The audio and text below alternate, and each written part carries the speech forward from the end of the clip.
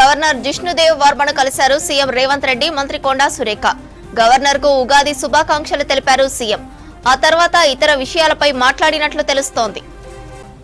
Governor Jishnu Dev వర్మను కలిశారు CM Revanth Reddy, మంత్రి Konda Surekha. Governor కు ఉగాది శుభాకాంక్షలు తెలిపారు సీఎం. ఆ తర్వాత ఇతర విషయాలపై మాట్లాడినట్లు తెలుస్తోంది. మరిన్ని అప్డేట్స్ షరీఫ్ అందిస్తారు. షరీఫ్, గవర్నర్ తో సీఎం భేటీ డీటెయిల్స్ ఏంటి?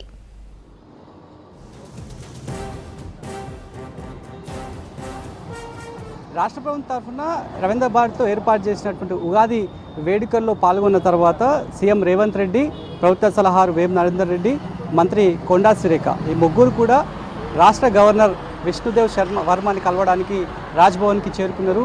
15 నిమిషాల నుంచి భేటీ కొనసాగుతోంది. సీఎం రేవంత్ రెడ్డి గవర్నర్కి పుష్పగుచ్చం ఇచ్చి శాల్వాతో సత్కరించి రాష్ట్ర ప్రభుత్వం తరఫున ఉగాది శుభాకాంక్షలు తెలిపారు. అంతకుముందు ఎక్కడైతే ఉగాది వేడుకలు రవీంద్ర భారతిలో జరిగాయో అక్కడ డిప్యూటీ సీఎంతో పాటు మరికొంతమంది మంత్రుల బృందం పాల్గొన్నది. పంచాంగ శ్రవణం చదివి వినిపించిన బాచంపల్లి సంతోష్ కుమార్ శాస్త్రికి సన్మానం చేసిన తర్వాత అక్కడి నుంచి ఇక్కడికి చేరుకున్నారు. చాలా అంశాలపైన పంచాంగ శ్రవణంలో రేవంత్ రెడ్డి విన్నారు. ఆ తర్వాత పంచాంగ శ్రవణాన్ని ఉద్దేశించి కూడా మాట్లాడిన తర్వాత తెలంగాణ రైజింగ్ పేరుతో తెలంగాణ రాష్ట్ర ప్రభుత్వమే కాదు హైదరాబాద్ నగర్ కూడా రోల్ మోడల్గా ఉండబోతోంది. దేశంలోనే #1 స్టేట్గా ఉండబోతోంది అనేటువంటి విషయాన్ని, తాము తీసుకున్నటువంటి సంక్షేమ పథకాలే దానికి నిదర్శనం అనేటువంటి అంశాన్ని కూడా చెప్పారు.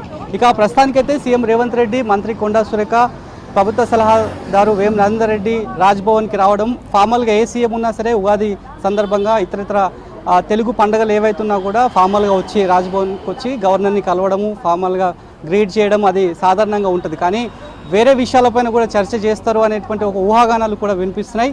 వాటికి సంబంధించి మాత్రం చర్చ తర్వాత రేవంత్ రెడ్డి, వేం నరేందర్ రెడ్డి, అదేవిధంగా మంత్రి కొండా సురేఖ ఈ ముగ్గురు కూడా గవర్నర్తో భేటీ అవుతున్నారు. భేటీ కూడా 15 నిమిషాల పాటు కొనసాగుతోంది. మరి కాసేపట్లో బయటికి వచ్చేటువంటి అవకాశం కూడా ఉంది. అంటే గ్రీట్ చేయడానికి ఉగాది ఫెస్టివల్ కాబట్టి రాష్ట్ర ప్రభుత్వం తరఫున బిహాఫ్ ఆఫ్ గ్రీట్ చేయడానికే రేవంత్ రెడ్డి టీం అంతా కూడా వెళ్ళారా, లేదంటే వేరే ఇతర విషయాలపైన, మీరు ఇందాక చెప్పిన దాని ప్రకారం వేరే ఇతర విషయాలపైన కూడా చర్చ ఉండబోతోంది అనేటువంటి చర్చ కూడా పొలిటికల్ సర్క్యూట్లో నడుస్తుంది. నిజంగా ఆ దిశగా ఏమైనా రాష్ట్ర ప్రభుత్వం ఆ వ్యవహారంలోనే గవర్నర్ విష్ణుదేవ్ను కలిసే ప్రయత్నం చేశారా, లేదంటే ఫార్మల్గానే ఉగాది గ్రీట్ చేయడానికి వచ్చారా అనేది కూడా తెలిసే అవకాశం కనిపిస్తోంది. సో బయటికి వచ్చిన తర్వాత మీడియా బ్రీఫ్ చేసే అవకాశం అయితే ఉంది. ఇక్కడైతే రవీంద్ర భారతిలో ఉగాది వేడుకలు కంప్లీట్ అయిపోయిన తర్వాత మీడియాతో కూడా ఆయన మాట్లాడారు. పంచాంగ శ్రవణం చెప్పినటువంటి ఆ శాస్త్రి కూడా కొన్ని అంశాలు చెప్పినటువంటి పరిస్థితి. రాష్ట్రంలో ఆర్థిక స్థితిగతులు కాస్త ఇబ్బందికరంగా ఉంటాయి, అయినప్పటికీ కూడా రేవంత్ రెడ్డి చాకచక్యంగా గెయిన్ చేస్తూ వస్తారు. పంటలు సుభిక్షంగా ఉంటాయి, వర్షాలు కూడా ఎక్కువ శాతం పండుతాయి, రైతులు గుర్తించుకోవాలి, తమ జాగ్రత్తలు తాము ఉండాలనేటువంటి అంశాన్ని కూడా చెప్పారు. మరోవైపు deputy CM Bhatti Vikramarka, CM Revanth Reddy రాష్ట్రానికి రాష్ట్ర ప్రభుత్వానికి జోడెద్దుగా కష్టపడే తీరు ఉన్నటువంటి వ్యక్తులం మేమనేటువంటి విషయాన్ని కూడా ఆయన రేవంత్ రెడ్డి వ్యాఖ్యానించినటువంటి పరిస్థితి అయితే కనిపిస్తోంది.